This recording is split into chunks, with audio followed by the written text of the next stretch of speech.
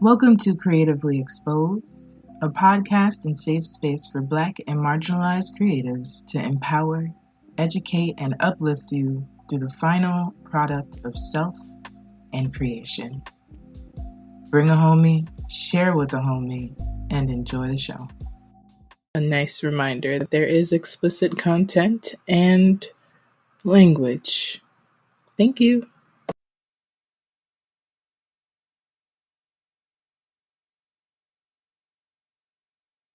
And okay, so what we were talking about the other day while I was traveling is kind of how the struggle of being afraid of success and not even really realizing it. I think through the conversation is when I was like, oh shit, like I am afraid of success and what all that entails. And what it does is that just like the reading that I told you about is like when she told me that I do not have to accept the crumbs, you know, I think being afraid of success keeps you in your smallest size of potential and just being, right? And not going for the things that you know damn well that you can do and excel at, but you're afraid of whatever. And that's really what I want to talk about. Is like, what the hell are we afraid of when we're afraid of success? Like, what does that mean? And why? Like, where did it come from? Where does it come from? You know, the writing community is like, don't self reject, I think is what some of like the mentors and stuff have said. It's like, just try anyway. So that's really the vibe of the conversation while I use this wax to lather onto my body. It might be coconut based.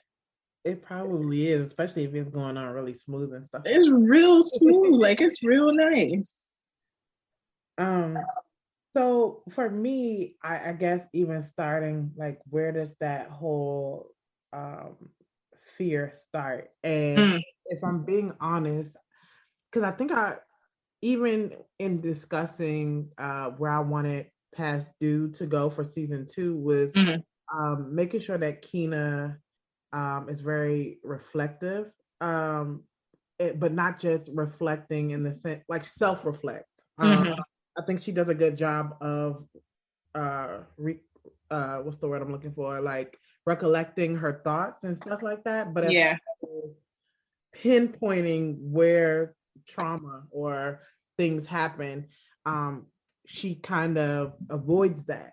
And I, as a character that is based off a very real person, I can say that I've done that a lot. And if I'm being honest, it stemmed from the adults around me when I was younger. And one of the biggest things, and I love my mother, and she always encouraged me to do things. However, there were certain things I feel like that because she was afraid herself, and you know, or she had gone through her own things, she wanted to protect me from it, and so therefore she indirectly fear into me, right? And I think that's a big part of it, even down to, you know, me finally moving out and, you know, getting my own place and doing all of those things. Like, I didn't even tell her I was moving until I had until I moved, because I knew she was going to try to stop me, and not because she didn't want me to grow up or not because she wanted me to stay with her forever, but you know, it's like, oh, are you sure? Well, what if and what if that happens? Right. I turned that into self-doubt, and then now I'm with you until I'm 57. You know, we're not trying to do that, Mom. We're not trying to do that. And so I think that was where it started. And it definitely wasn't something that was done on purpose, because she always encourages me to do my best. But there are certain times where I think her fear kicks in and she's like, oh, my baby, I just don't want her to you know, suffer or to fail, but it's like, or be disappointed in life, but indirectly that caused trauma, because then I started to small think. Yeah. I think it's in between what we get from our parents, and I think inherently we've inherited fear, right?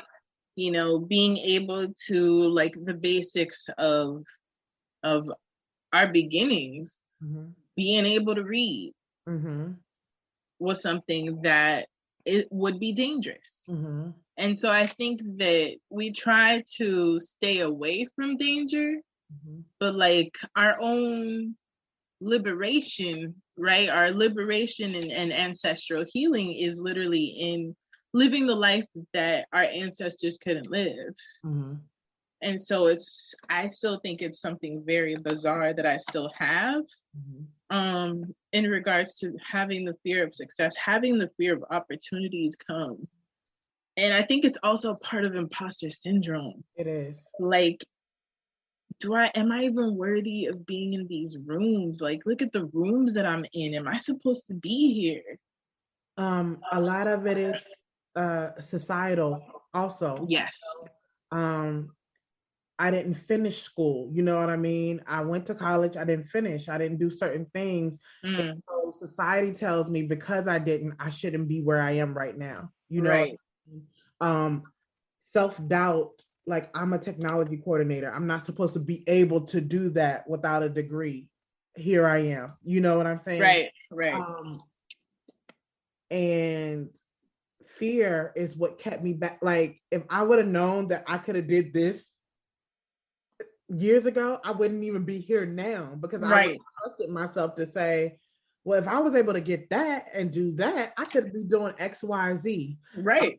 And so a lot of times we listen to societal pressures and things like that. Oh, you have to, don't get me wrong. Like, my college experience was beautiful, but I ran out of money. I had to come home. You know what I'm saying?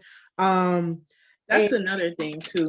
But finish your thought. So I ran out of money. I had to come home. And so it was all of this pressure of feeling like I wasn't good enough. I wasn't worthy because I didn't finish. Everybody's looking at me like, oh, what happened? You know what I'm saying? So I picked up the pieces and figure this thing out, which I figured it out, but I just feel like, dang, it took so long. And then every year that I wasn't doing what I was called to do, put another layer of that imposter syndrome on me. And I think also it's the lack of resources and access, right? Absolutely. Because I'm a self-taught writer and poet. Yes, I went to school. It was not for writing. It was for business and international relations. So, you know, now I'm in these really dope spaces of people who are like, oh, they're naming poets left and right. They're naming like historical figures. They're naming all kinds of stuff and forms. And I'm like, I don't even know half of these people. Like, I don't, you know, like, I have to become a student of poetry now in order to know, wait, who are they talking about? Why is this somebody who's up there? And, you know, I'm here sitting with them, like the people that I'm like, oh snap, like I really like this poet or whatever. I'm sitting with them on a virtual stage and I'm like, what am I doing here? How did I get here? Yeah. And I'm like whispering to myself, like, do they know I'm here? Right. I literally go through that every day. Especially recently, you know, I figured out what I want to do. You know what I'm saying? Like, of course I want to create. That's given, right? Right. But figuring out what I want to do to lead up to whatever is going to happen. And again, like you, I was self-taught. I didn't go to school for writing. I didn't go to school for podcasting. I didn't go to school for sound design. I am a self-taught sound designer who's only been doing it for like 2 years, right? Thank you. And I'm in these spaces with people who have been doing this forever. And I'm like, yo, what am I even doing here? Like, what do I do next? Like, I have a a resume and I'm putting it out there, and a part of me was like afraid, like people gonna be like, girl, you ain't done nothing yet, go sit down. But then there's the other part of me that's like, if you don't put this shit out here and go, no one knows. No one knows. Like, no one's gonna know you exist. And so, and that is part of the thing. Like, I've decided that I have to self-advocate for myself. I have to show up for myself. I have to show up for that little girl who is in there, like, looking, you know what I mean? And just, she's the one who wanted all this shit. That's where it's that's really it. And I have to make it happen for her, because she's been saying she wanted to be this person forever, and I get to make that a reality for her, and that's really dope. I love that so much. I think it's also the fact that we don't have access because we don't brag enough about ourselves. Yeah, we like. It's like, I don't want to, I could start my little podcast. No, it's top podcast, top sound engineering. I am popping. I am like, we gotta speak life into ourselves, and even while we're scared, right? There's important things coming, and it's like, oh, I'm so excited. And it's like, regardless of what happens, the fact that you threw yourself into that ring of fire, and you either fall to ashes and still become Phoenix. You know what I'm saying? Like, I think it's also like, therapy has helped me a lot in regards to like saying, I'm here, like, oh, what's the worst? The worst thing's gonna happen, and this, and the therapist is like, so what is the best thing that can happen? And then what's the in between that usually goes, right? Like, it may not be all the way best, but it may not also be all the way horrible. Like, what's that happy medium that could potentially happen? Right. And like we were talking about the other day, it's like, when do we get to the point, like, there's two sides of a coin, right? You can prepare to lose, you know what I'm saying? Or you can brace yourself for the losing, but you have to prepare to win. We never do that. We brace ourselves, we're like, ooh, flinch, just in case we fall. But like, what if you don't? What if you fly? Like, what if you fly? Yeah. It's my favorite saying.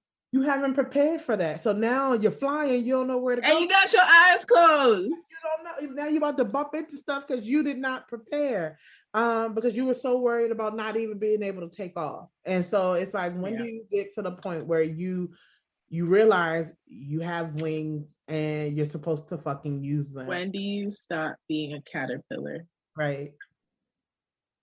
That's literally it. And I love that idea of reprogramming for like, prepare to win. Prepare to win. Yeah. That's so dope to me.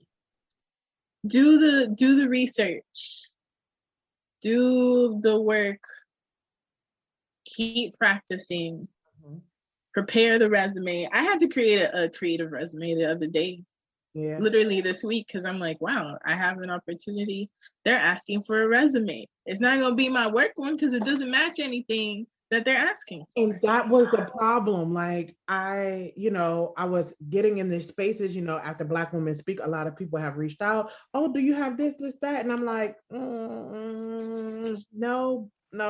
In 24 hours, I can't. I will. It's like, tomorrow I will, so I had to get my sound design reel together, because that's a real thing. I'm like, oh, okay, I need to do that. And that was a difficult thing for me, because my mind hadn't wrapped around that you actually do this. Okay. So now you have to take what you do. Legitimize the things that bring you joy. Yes. And so it's just like, you have to get to the point where, okay, you already know what it feels like to lose. Okay. So we don't need to stay there anymore. You've done that, right? You know what I'm saying? You can't prepare no more for that. You can't brace yourself anymore, because you already know how that feels. Now you have to prepare yourself to win. Get yourself ready, like you said. Like, fill out these job applications. Get your resume together. Audition. Do whatever it is. I have put in so many resumes, and even like from here to Kalamazoo, said LA, everything. And I've been putting it in. And even if I don't necessarily have all the credentials that they want me to have, I've still been putting it in. Do it because anyway. I am a testimony that I didn't have all the credentials and still made it to where I am now. So